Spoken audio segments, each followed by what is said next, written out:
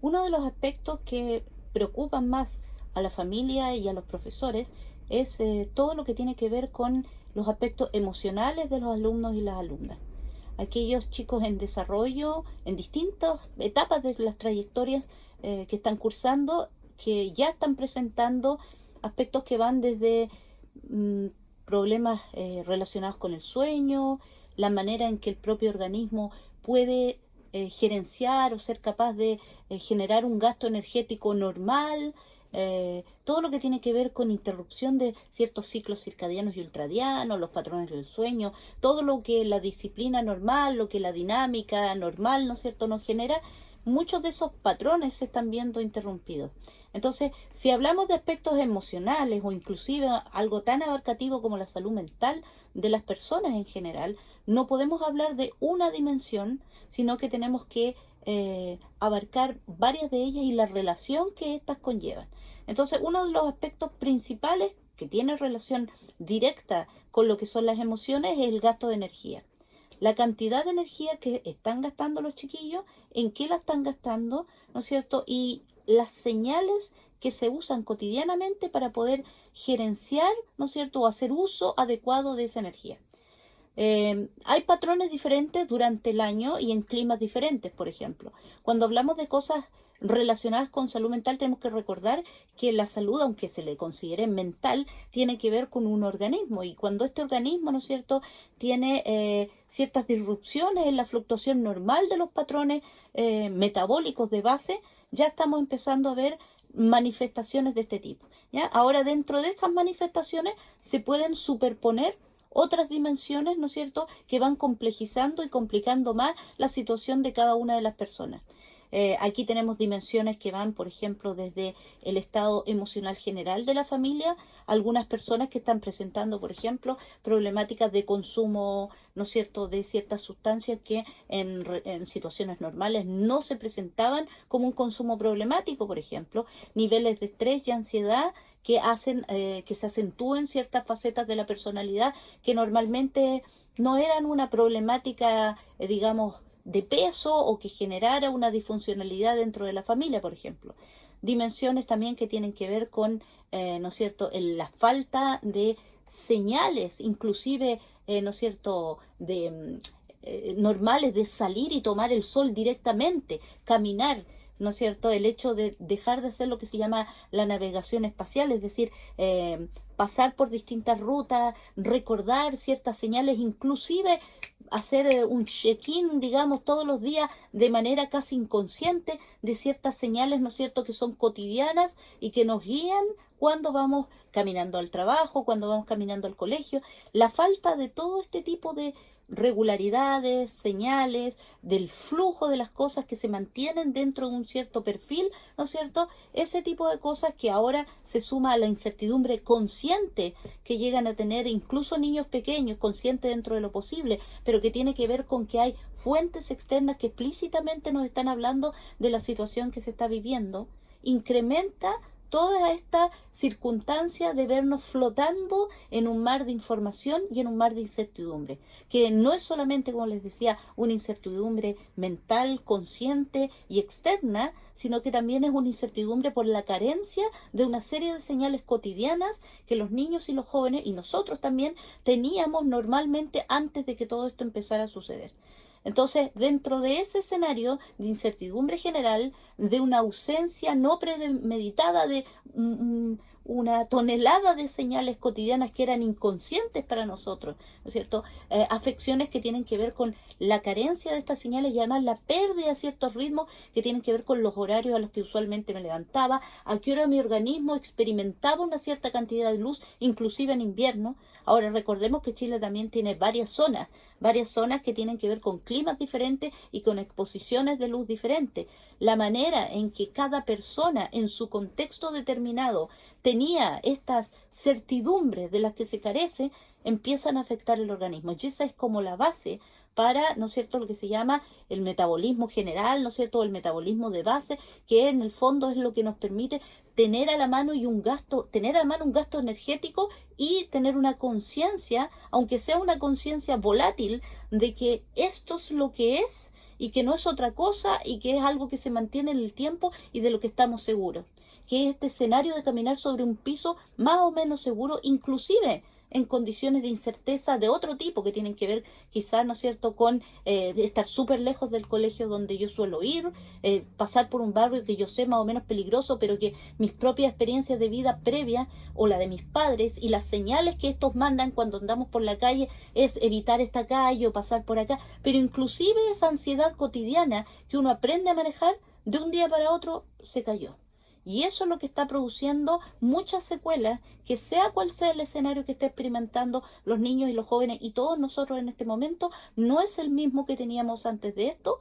y nuestro organismo no está desarrollándose y existiendo en las mismas condiciones que teníamos antes de que todo esto pasara. Entonces, desde esa base se generan una serie de secuelas que en este momento ya muchos papás y mamás o los profes cuando nos están, ¿no es cierto?, interactuando con los niños, ya sea por WhatsApp o los que tienen la posibilidad de interactuar los niños con sus profes mediante el computador, los mismos profes a mí, por ejemplo, me han reportado que ellos ya están, no voy a decir viendo, ellos están percibiendo en un tono de voz, en una manera en que los chiquillos no llegan al horario que tendrían que llegar, a hacer algún tipo de conexión, que se están produciendo una serie de descompensaciones, inclusive de chicos que no presentaban muchas complejidades antes de que todo esto pasara y niños que sí las tenían han visto empeorada su situación, muchas veces por circunstancias familiares y no solamente por circunstancias personales de ellos, sino como la situación los afectaba antes y que ahora los ha afectado y los está afectando muchísimo más. En virtud de esto es lo que tratamos acá con Dianova de generar este material que vamos a empezar a desarrollar a partir de ahora. Vamos a tener unos webinars donde vamos a poder tener conversaciones más directas con ustedes, papás y colegas profesores, colegas del área psicosocial, para poder, ¿no es cierto?, por una parte, tener una visión compartida de distintos lugares de Chile, de cuáles son las situaciones que estamos viendo que los chiquillos, los niños pequeños y, ¿no es cierto?, los adolescentes y las adolescentes están evidenciando actualmente y la familia en general, y vamos a ver algunas cosas que tienen que ver con qué tipo de perfiles son los más vulnerables, por ejemplo, aquellos perfiles que hoy día se han llamado neurodiversos, ¿no es cierto? En general, todos, el concepto de neurodiversidad es todos hemos tenido trayectorias del desarrollo diferentes que han afectado, ¿no es cierto?, sobre la manera en que se ha producido nuestro desarrollo general, nuestra conectividad funcional a nivel conectomático, ¿no es cierto?, nuestros hábitos, ¿no es cierto?, de relaciones sociales, todo lo que se ha venido a llamar hace unos años el cerebro social, que en realidad tiene que ver con circuitos que nuestro organismo en general, ¿no es cierto?, nutre al cerebro para que pueda gerenciar una serie de señales sociales y navegar por las complejidades de la sociedad. Muchos de esos aspectos, lo de las funciones ejecutivas, por ejemplo, que en niños pequeños están en pleno desarrollo y en adolescentes debería más o menos ya manifestarse de una manera, digamos, que les permita funcionalmente adecuarse a ciertos contextos, se está viendo, ¿no es cierto?, afectada. A mí me toca mucho hablar con colegas profes, con los cuales yo siempre me comunico porque hemos tenido capacitaciones a través de acá, a través de la universidad acá en Chile o de algunas personas que han solicitado de manera externa, hemos, ¿no es cierto?, o de otras instituciones educacionales también, y siempre me llaman y me cuentan ciertos casos o conversamos acerca de los planes que están haciendo en casos de planes de convivencia escolar, etcétera. Yo hasta el día 22 de junio, se los cuento, había recibido por la pandemia 127 llamados de colegas, o sea, WhatsApp y llamados y correos, preguntando y comentándome también muchas de estas situaciones, incluso algunos casos que ya teníamos conversados de niños que estaban adaptándose con unos tíos, otros chicos que tenían, ¿no es cierto?, que eran de una condición, ¿no es cierto?, del espectro autista, otros casos por allá en el norte también que habían consumo problemático de drogas en algunas familiares de unos chicos, ¿no es cierto?, o riesgo social, etcétera, y me han contado justamente, y hemos estado conversando mucho literalmente desde Arica a Punta Arenas, porque yo he tenido la suerte de hacer formación de profesores e intervenciones, también, digamos, de asesoría psicológica en varios lugares de Arica a Punta Arenas, literalmente. Y justamente los colegas, pese a esta diversidad en Chile en cuanto a clima, cultura, ¿no es cierto? Lugares donde hay más aislamiento, ruralidad o este aspecto de ciudad grande donde este anonimato no intencionado, ¿no es cierto?, afecta muchísimo a las personas. Hay una serie de secuelas que se están observando más o menos de manera general y otras que se están dando según el sector y sus particularidades con unos énfasis que son muchísimo más notorios. Entonces, es acerca de esto que está pasando, que los colegas reportan, que los papás también cuentan, niños pequeños, he hablado con algunas mamás, también me han mandado unos WhatsApp de mamás apoderados de jardines infantiles, donde educadoras, donde hemos hecho formación a ellas, ¿no es cierto?, en ámbitos de didáctica y educación emocional, por ejemplo,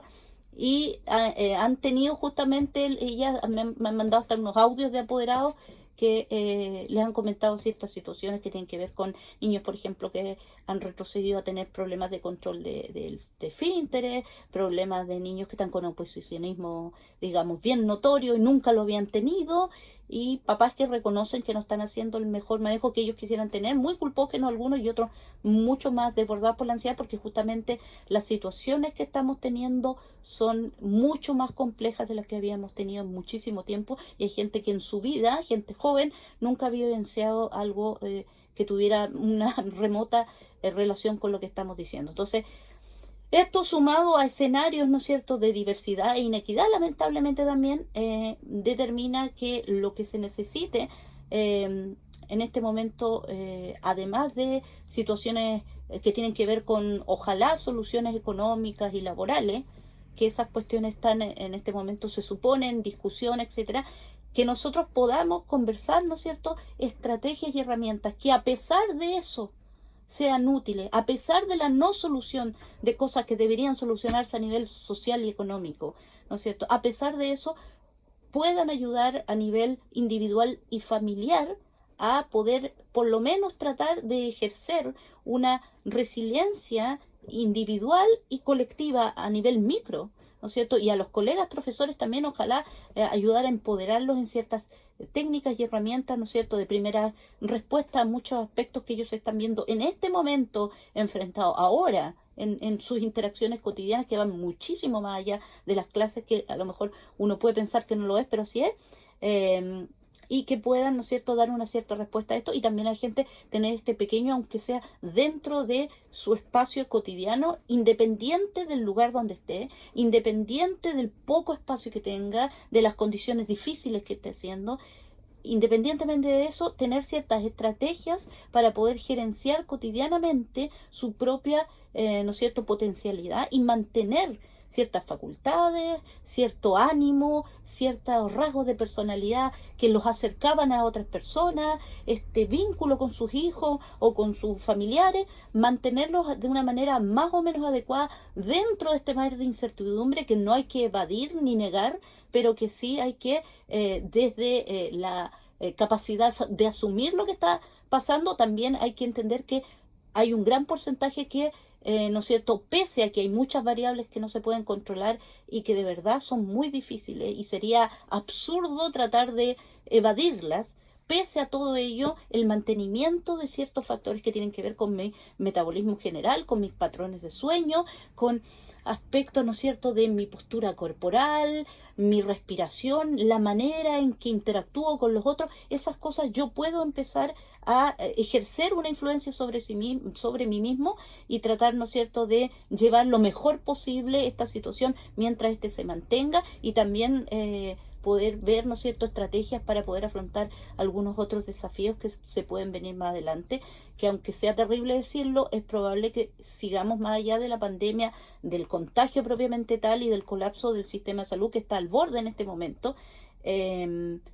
Vamos a enfrentar otras problemáticas también. Y para eso hay que, ¿no es cierto?, empezar a prepararse y no venir con esto de que cuando las cosas ya están colapsando, uno, ¿no es cierto?, empieza a hacer las cosas encima por la marcha y careciendo de apoyo de quienes deberían estarnos apoyando. Entonces, para esto, esta es, digamos, una introducción más larga que el saludo oficial,